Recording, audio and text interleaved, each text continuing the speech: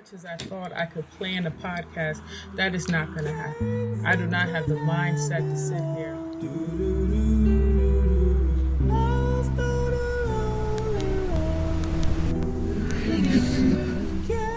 Chop up block for block how I'm going to tell you about weight loss and weight gain.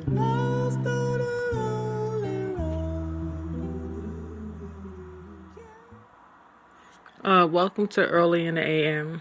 This is Isha talking to you, and this episode is going to be about abundance. I would say abundance and energy, and having stores of energy that are not for your personal use. This is definitely what this one is about. When you're used to using energy in a certain way, in a certain amount, and then you come into an abundance of it, trying not to fall into it, especially in your blessings. You know, we're always taught that when your blessings come in abundance, you take it abundantly. You dive into it abundantly. For those who aren't great at managing things in life, even small things like your emotions, like if you can control your emotions, you can pretty much move on to the next phase in life. A lot of us get backtracked because we can do seemingly a lot of things, but we can't seem to keep our emotions in check. And I'm just as guilty as that as anybody is true. I definitely, if I can't control the voices in my head, or if something's banging in there, or if I'm feeling a certain way, if my heart is racing, I can physically stand the feeling and I won't act on it, especially if I can't control it. And I think especially flowing in abundance, it definitely comes in that way. Definitely in my nerves and everything about me. I'm very physical, I'm very present, but I'm very reserved.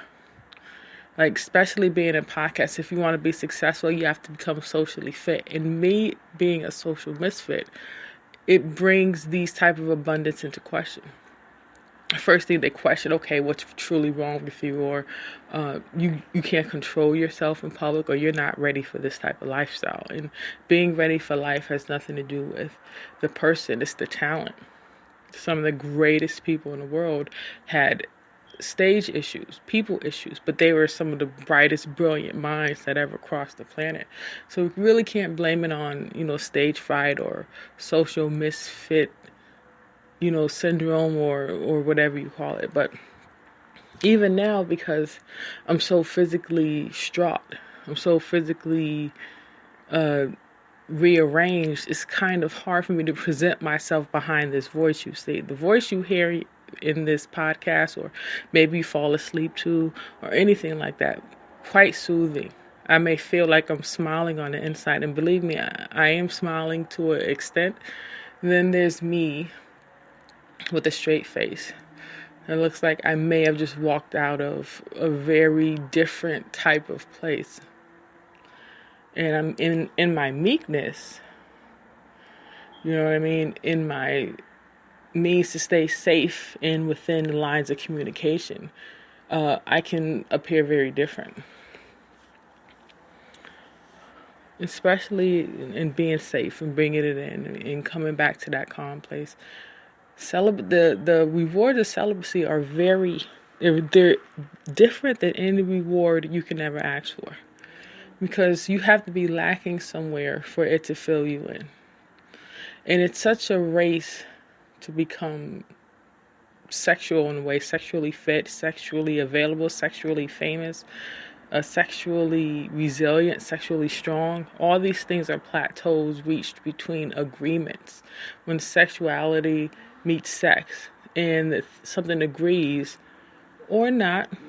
I mean, sometimes it's a one-party affair, but that's, what they call the chase in the bag issue. But when you have couples who what I say, they become intimacy, and through that plug and outlet, they are able to graduate into the next levels of intimacy and peel back certain type of layers. You have to know how to navigate the abundance of those waters. Like me, in my abundance, I think I have abundance in that energy that I just haven't tapped into yet. And learning how to do that, learning how to take praise is another thing.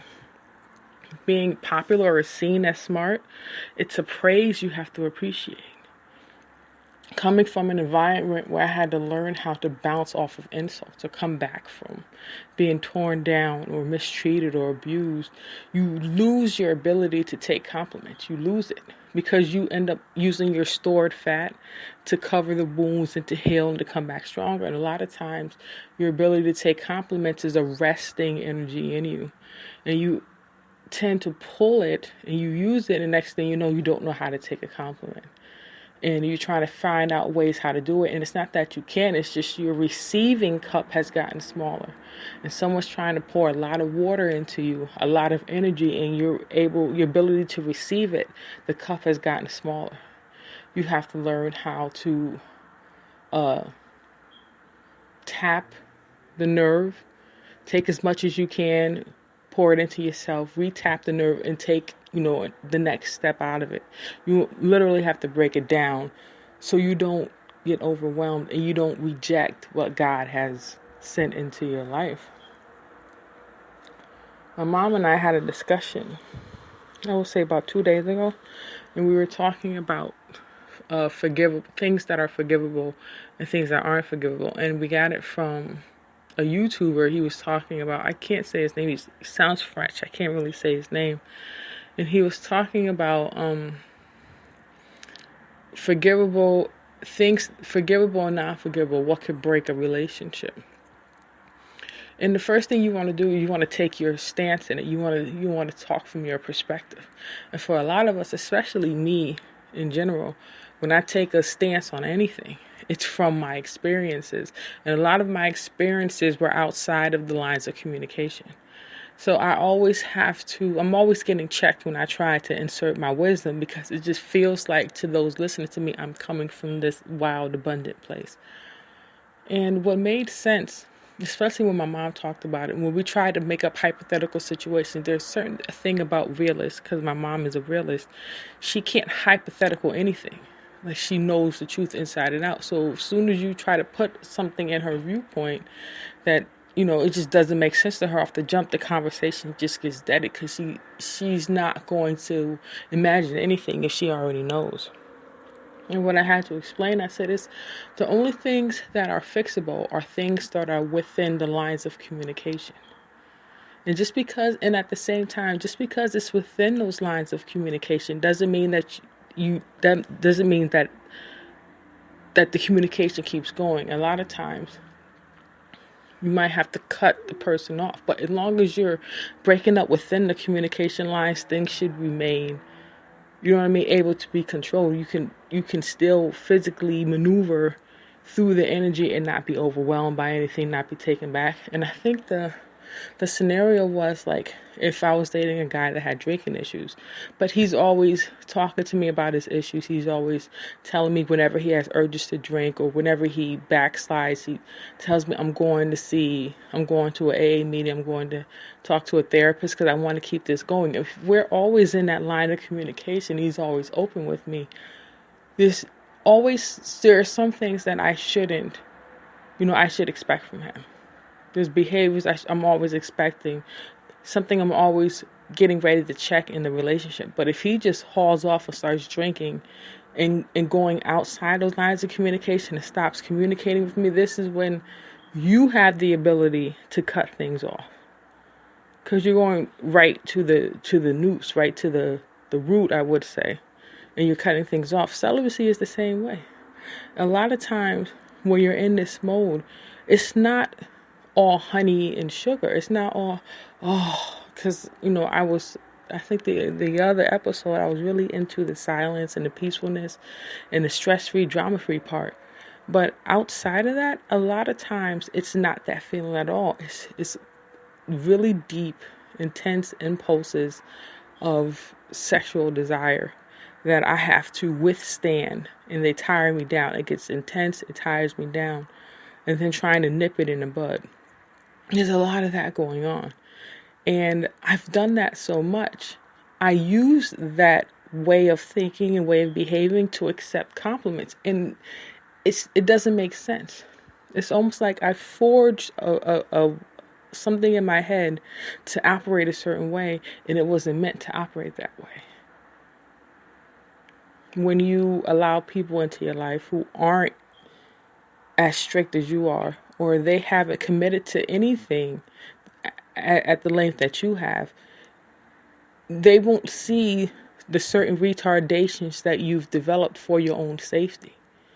From the outside in, they're looking from their energy, from the looseness of their energy in the way it flows. And to them, certain things look retarded, certain things look deformed and crossed out. And from a lot of people who have also operated in those circles, maybe on different time frames, certain things, accidents happen, and certain people get pushed out of the loop. And then they have to develop defense mechanisms to keep themselves safe and to keep themselves in the ability to make decisions from a distance. Okay, I can't go to that place anymore, but I'm going to have to do something from where I am so I can keep in touch with that place. That is what accepting a compliment is about. Knowing how to navigate to and from the energy that's coming to you. And then in that, you'll be able to develop ways of carrying that energy into you successfully. So though my cup has gotten smaller, my ability to navigate the distance that I can carry that water has gotten greater. So I just have to realize when it comes to energy that is meant for me, and then the energy, not that it's not meant for me. It's not meant for me in the measurements that I'm using to feed myself. It's meant for me to fill up a bigger container all at once in a smaller frame of time, a larger source of energy.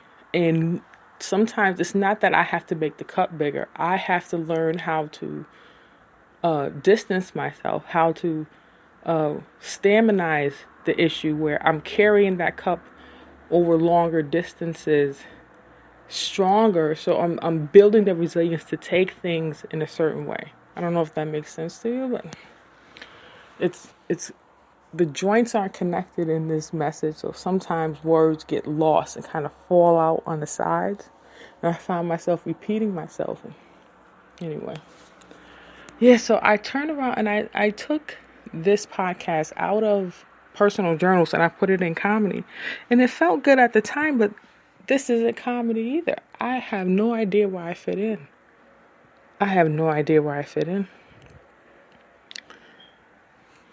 What time is it?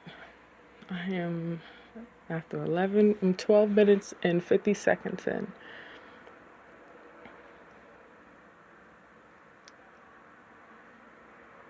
Yeah, I mean, I'm definitely feeling pressure, and I'm taking this one step at a time. You know, I remember in the other podcast I was talking about making it to 55 cents in my monetization, and I actually studied it and I concentrated on it, and I've surpassed that mark now. And I've even, got more downloads from the last couple of episodes than I've ever gotten before, but it's still a tedious journey. I still get anxious when people compliment me. A part of me still thinks there's something devious behind the smile. And it's not that. It's because a lot of people have been devious behind their smiles. Pushing ahead before I start repeating myself and getting repetitive. Because opening up and taking your constructive criticism or threat or whatever you feel I need to better myself, it's going to come in how I receive and ingest energy. That's the way that my stomach survived it, my soul survived it, my body and my spirit survived it.